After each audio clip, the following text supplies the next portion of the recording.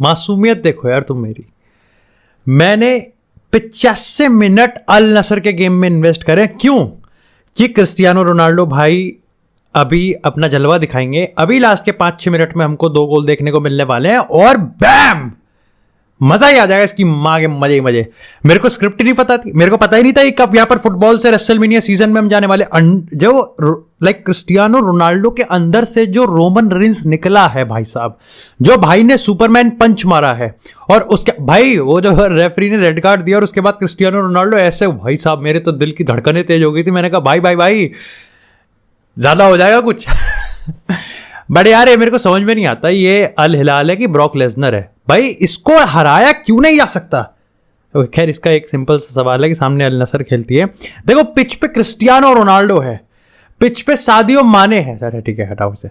लेकिन तुम खुद सोचो यार, मतलब अब ऐसा नहीं है कि यहाँ पर अल नसर ने बहुत ही खराब खेला। देखो है अल हिलाल अल नसर का लेवल थोड़ा सा ऊपर नीचे ही है, वैसे ज्यादा डिफरेंस बड़ा नहीं है। कि भाई तुमको कितनी बार हारना पड़ेगा एक नया मैच जीतने के लिए? भाई जब भी बड़ा गेम आता है ना भाई, अल नसर की ये टीम इतना गंदा बॉटल करती है, पूरी की पूरी टीम भूतनी बन जाती है, घोस्टिंग होती है अलग लेवल पे।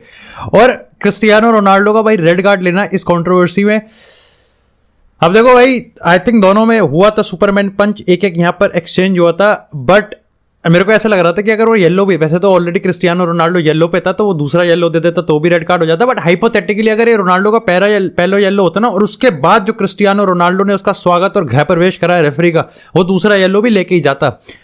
यूरोज बहुत बड़ा होने वाला है भाई, यूरोज में बहुत मजे आने वाले हैं। या तो मैंने बताया यूरोज में या तो क्रिस्टियानो रोनाल्डो गोल पे लेगा, नहीं तो अपने को जो सिनेमा मिलेगा ना, सिनेमा भाई साहब क्रिस्टोफर नोलन शर्मा जाएगा एक बार को, जो हमको पिक्चर देखने को मिलने वाली है।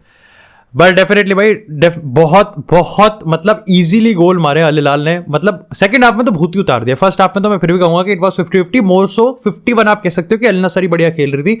सेकंड हाफ में तो जो भूत उतारा है, और भूत के साथ साथ जो निक्कर उतारा है इनका भाई साहब, और हर ने ही बेकार खेला। रोनाल्डो हो, ऑस्पिना हो, सादियो माने हो, बस एक मैं कह सकता हूं कि ब्रोजोविच, लेकिन उसने भी इतने सारे यहां पर पोजीशन लूज करे।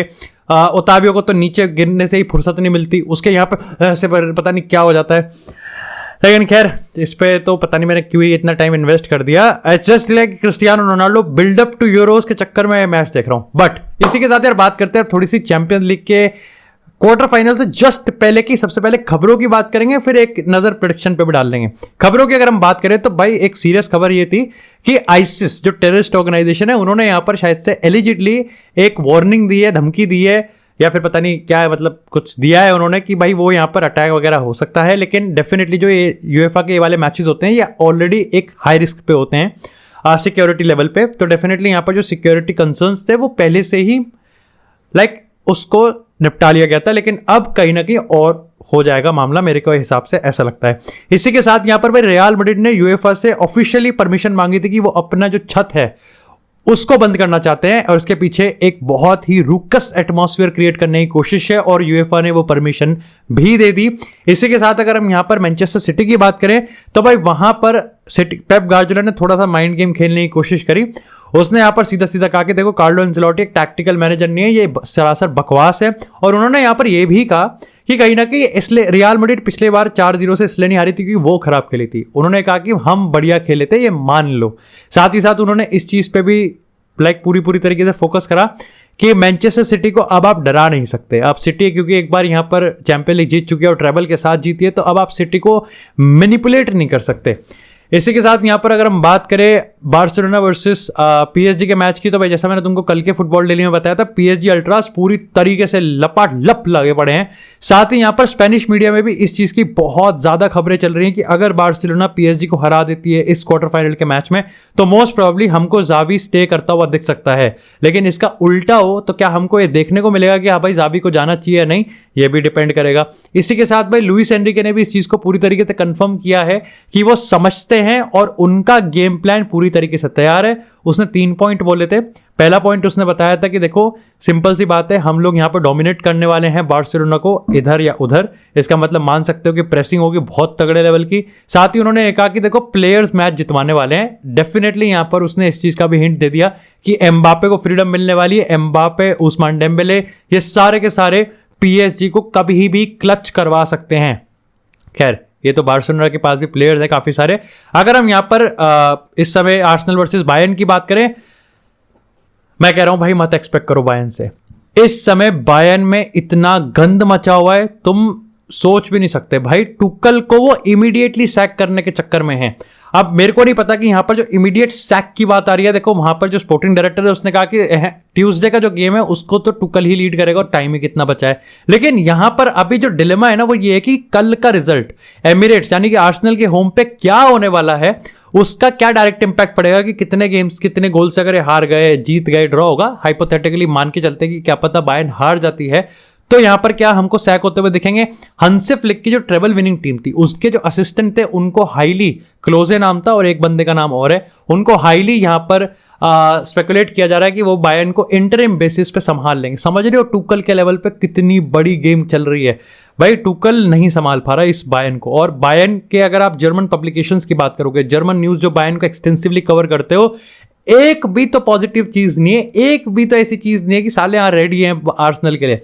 वहीं अगर आर्सेनल की बात करें तो भाई उनके ऊपर भी यहां पर काफी प्रेशर है। एक स्टैटिस्टिक्स मैं तुमको बता देता हूं यहां पर, इस पॉइंट ऑफ टाइम पे रियल मैड्रिड और मैनचेस्टर सिटी तुमको सबसे क्लोज लग रहा है, लेकिन सुपर कंप्यूटर्स जिन्होंने हिस्टोरिक परफॉर्मेंस, रीसेंट परफॉर्मेंस और बहुत बार इसको ग्राइंड करा है, रिपीट करा है और उसके बाद एक डेटा निकाला है, उन्होंने सबसे ज्यादा प्रेडिक्टेबल गेम यही बता दिया।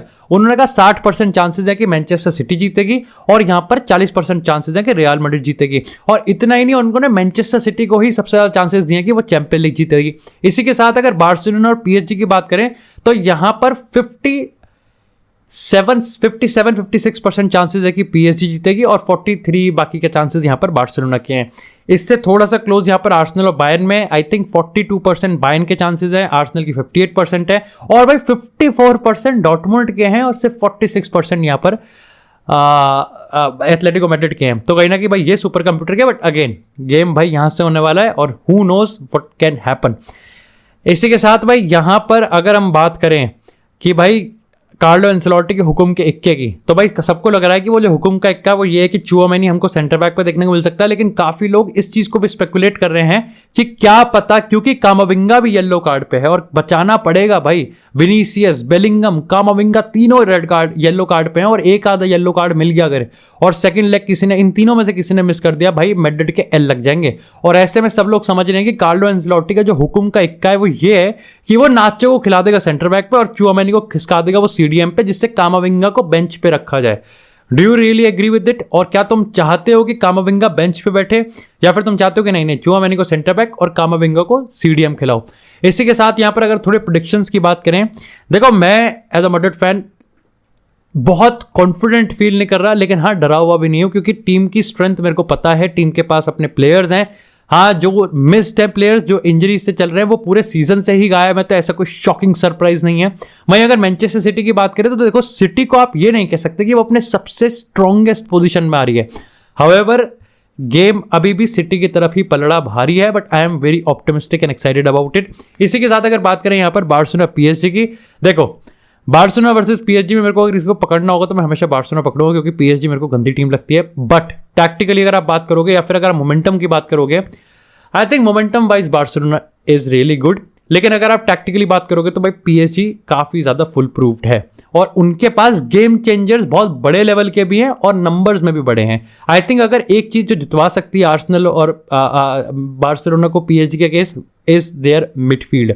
हाँ, डिफेंस कितना संभाल पाएगा यहाँ पर एम्बापे को और बाकी लोगों को उसका भी देखना पड़ेगा, लेकिन मिडफील्ड में अगर भाई गुंडोगन और फ्रैंकी डियोंग चल गए और पीएसजी की मिडफील्ड को खा गए ना वो, तो भाई स्वाद तो आ जाएंगे। इसी के साथ अगर डॉर्टमुंड और एथलेटिको मैड्रिड की बात करें तो देखो डॉर्टमुंड का डिफेंस काफी बढ़िया है, लेकिन आई रियली बिलीव कि एथलेटिको मैड्रिड इस बार तो बॉटल नहीं करेगी।